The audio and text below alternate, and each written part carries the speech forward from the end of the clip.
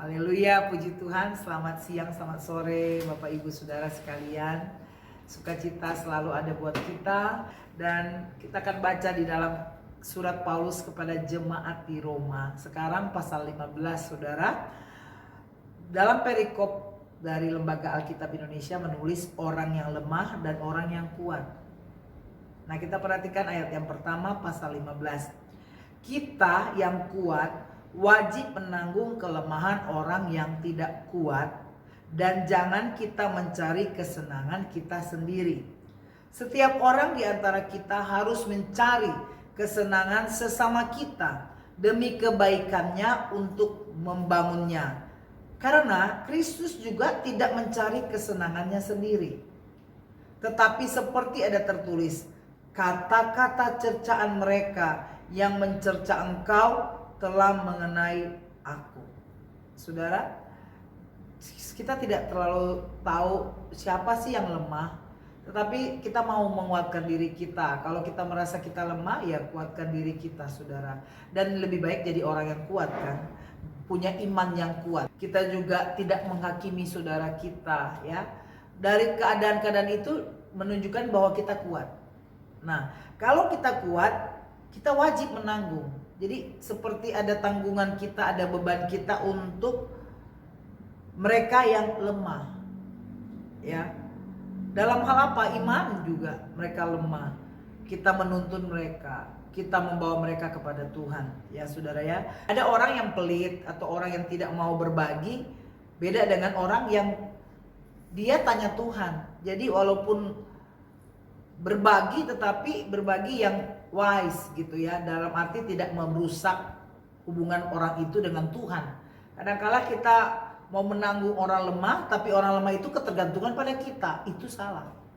Harus membawa orang itu tergantung pada Yesus.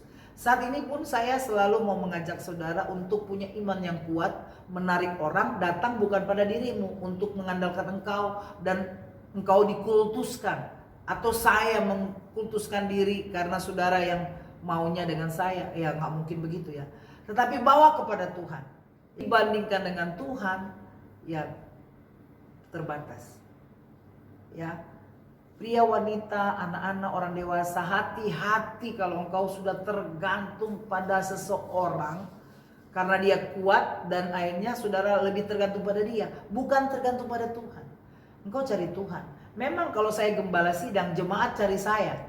Ya, saudara juga boleh cari saya. Tetapi ketika terbatas waktu yang ada, kau cari Tuhan, benar-benar itulah Tuhan yang luar biasa.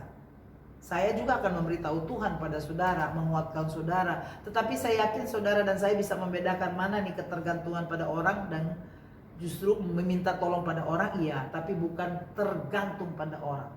Nah, kita memang punya kewajiban ya, jangan cari kesenangan diri sendiri. Nah, kita juga yang kuat itu juga bisa tahu bahwa saya mau menolong untuk benar atau menolong merusak, gitu ya.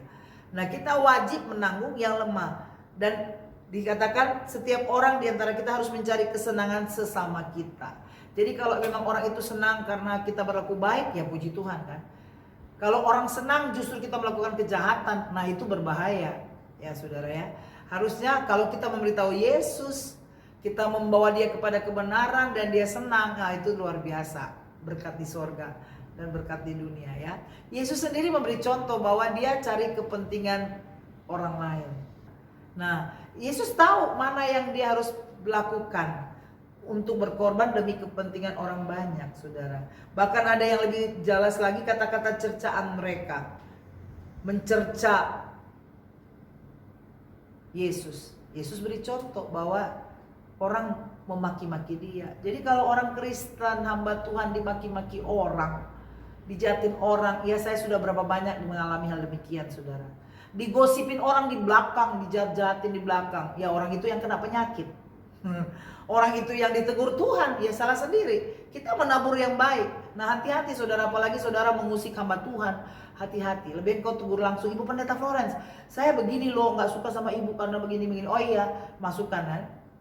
Tapi ada ibu itu baik banget, orang itu baik banget, seberapa banyak ya keadaan. Saudara saya pun juga demikian. Tapi ketika mereka dibahas di belakang, apa yang terjadi? Tuhan yang berurusan dengan mereka. Nah, kami hamba Tuhan terbatas memang, tetapi kami juga mementingkan saudara. Tengah malam di telepon kami bangun untuk menolong. Nggak mungkin bilang biarin aja lah. Tapi kami menolong saudara. Itu kami alami saudara. Nah, kalau saudara juga merasa saudara kuat, tolonglah tetangga-tetanggamu, tolonglah saudara-saudaramu. Tapi pertolonganmu itu membawa pada keselamatan, bukan membuat orang tergantung pada diri. Ya, saya juga sekarang ditelepon sama saudara adalah, ya, saya bilang jangan tergantung pada saya, berdoa cari Tuhan, karena saya juga nggak mau tergantung pada orang, karena nanti Tuhan marah. Kok engkau lebih tergantung pada orang? Orang kau datang 10 kali, 100 kali kau telepon orang itu, bahkan diblokir lah teleponmu. Tetapi ketika engkau telepon Tuhan 1 hari 100 kali, Tuhan senang sekali.